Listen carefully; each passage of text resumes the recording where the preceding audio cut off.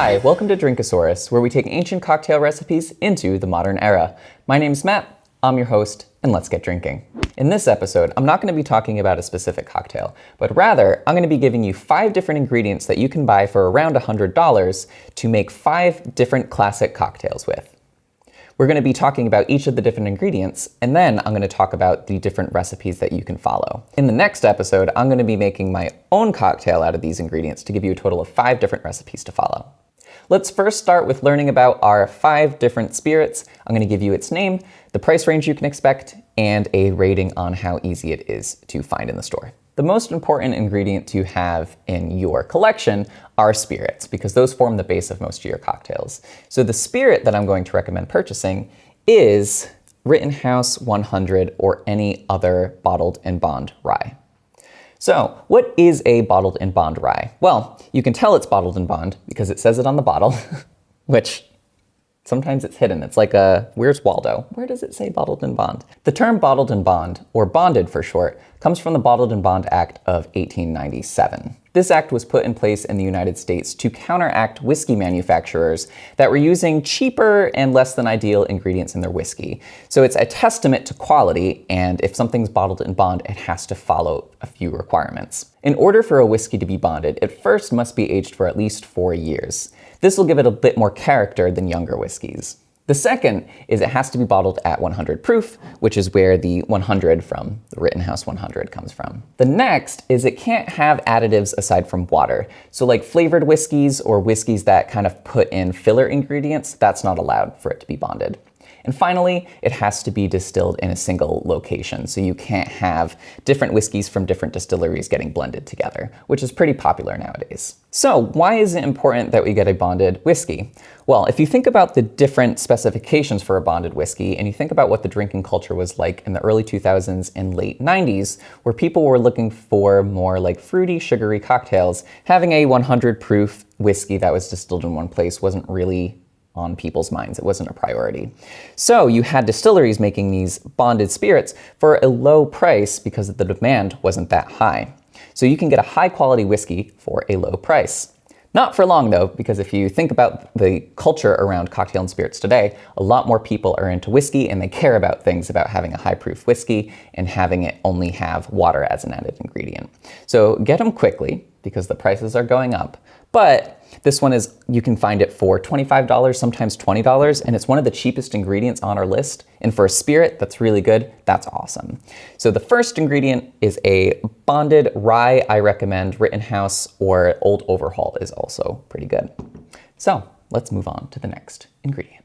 Our second ingredient is a sweet vermouth, and I recommend, very strongly recommend, Carpano Antica formula. Vermouth is a fortified wine with added botanicals, and you'll know you're getting a sweet vermouth because there's usually a red cover or cap that will denote it from a dry vermouth, which is usually marked with green. The reason I specifically recommend this vermouth, which is quite a bit more expensive than the cheapest one you can find, is for $10 more, you're getting much better quality vermouth.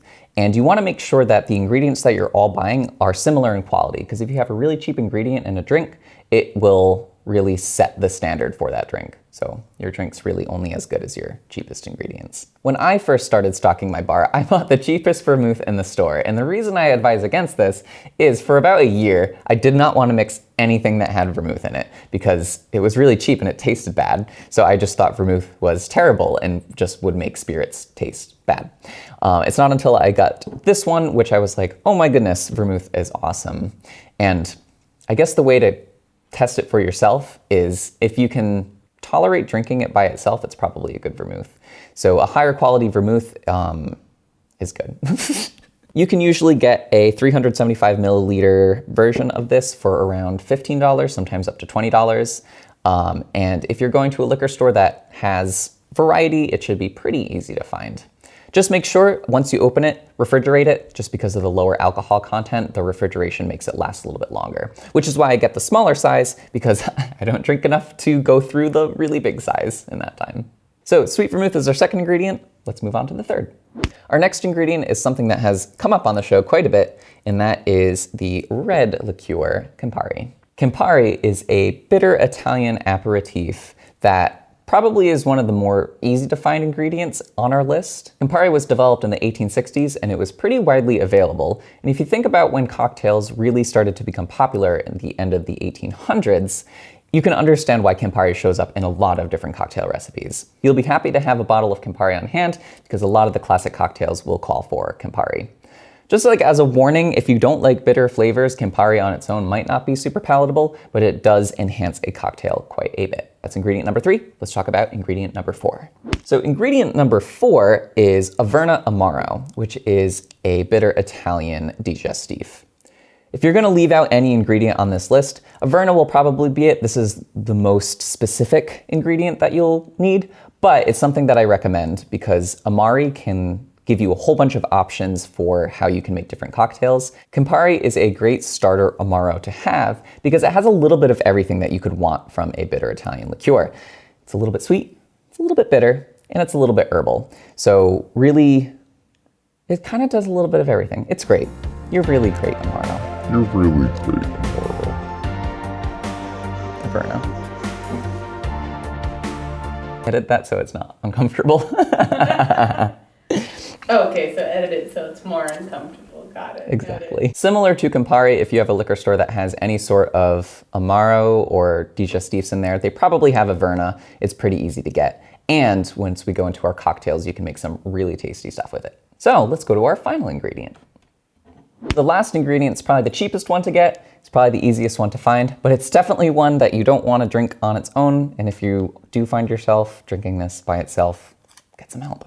It is Angostura Bitters, which are kind of the classic bitters in cocktails. Bitters are like cocktail seasoning, so you're only gonna put a dash or two, and you can get a little bottle of these for about $7. This one's one of the bigger bottles, and only get this if you really foresee yourself making a lot of cocktails, because my smaller one probably lasted me about 5 years or so. Whenever a cocktail calls for bitters and doesn't specify, usually they're talking about Angostura bitters. So these are kind of like the default thing to have in your collection. Now that we've seen the 5 different ingredients, let's talk about different cocktails that you can make from them. With these ingredients, with these 5 ingredients, we can make some of the most classic cocktails. For the 5th one, I'm gonna be making something new that's very different than these other ones. All these 4 are very spirit forward, and for the 5th one, I'm gonna try to make something a little bit more fruity and a little lighter. Starting us off, using just our rye and a little bit of simple syrup and our bitters, you can make an old-fashioned. So the old-fashioned is usually thought of as being the most classic of the cocktails. If we take that 2 ounces of rye and add a 1/2 ounce of our sweet vermouth, also keeping the bitters in there, we get a Manhattan. I like the Manhattan because it has a little bit more complex flavors, especially with that really tasty Carpano Antica vermouth. If we substitute the sweet vermouth with our Averna, we get something called a Black Manhattan, which, if you've been following the series, the first episode we talked about a Black Manhattan in more detail. It tastes very similar to a Manhattan, just the Averna gives a different flavor than the vermouth. So it's a little bit of a variant if you're a Manhattan fan. Fanhattan. If we take our rye, our sweet vermouth, and our Campari and mix them with 1 ounce each, we get a drink called the Boulevardier. And the Boulevardier has even more flavor complexity because it introduces the Campari. So if you like the Manhattan but want something a bit more bitter, you have the Boulevardier. This drink is a variant on the Negroni, which has the same ingredients except the rye is substituted with gin. If you want to buy one more extra secret ingredient, you can make a drink called the Left Hand, which is similar ingredients to the Boulevardier, has a little bit of different ratios, which you'll see here, and also incorporates mole bitters, which give a more cinnamon sort of touch. So if you have mole bitters lying around, this is a wonderful variant you can make. But we're not gonna count it in our 5 because that would be mean. Be like, here's 5 ingredients. Oh, and just have mole bitters. Yeah, you have those at home. What was my last one? Oh wait, that was 4. Hopefully a few of those classic cocktails sound familiar, and if you're looking to start your own little bar at home, these will probably be common requests. For our 5th cocktail, you'll have to go to our next episode where I make something completely new, hopefully, at least as far as I know, and it'll be less spirit forward than the 4 cocktails listed, and it'll be more citrusy and fruity. Drinkosaurus is a production of Little Giant Monsters. If you'd like to see other things we're working on, check us out on different social media platforms. If you'd like to support us, please consider supporting us on Patreon. If you have any ideas for future videos or any comments, let me know in the comment sections. That's where the comments go. And as always, and it's funny because I'm going to say something that I never say, so it's not as always, so I'm lying to you. As per this moment, keep drinking and buy responsibly. Buy responsibly. I don't know. I'm trying to make it cute. See you in the next episode. Bye.